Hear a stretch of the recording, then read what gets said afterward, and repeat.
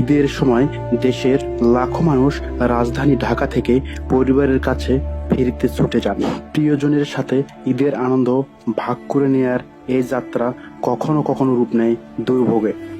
দীর্ঘ যানজট, প্রচণ্ড গরম, ক্লান্তি আর পানির তীব্র সংকট, এই সব মিলিয়ে পথ হয়ে ওঠে কষ্টকর।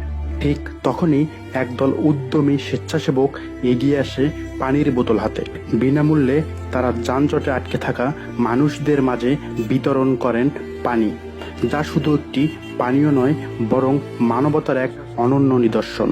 স্বেচ্ছাসেবকদের কার্যক্রম শুধু দান নয়, এটি এক ধরনের সমাজ সেবা। তারা জানে একটি ঠান্ডা পানির বোতলও কারো মুখে হাসি ফোটাতে পারে।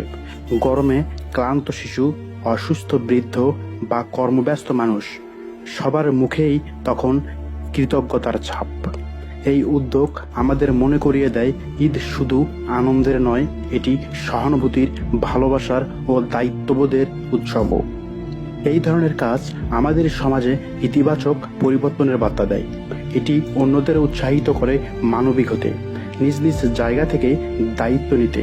এভাবে ঈদের আনন্দ হয়ে ওঠে পূর্ণতাপ্রাপ্ত, শুধু নিজের জন্য নয়, সকলের জন্য। এই স্বেচ্ছাসেবকদের প্রতি রইল অন্তরের শ্রদ্ধা।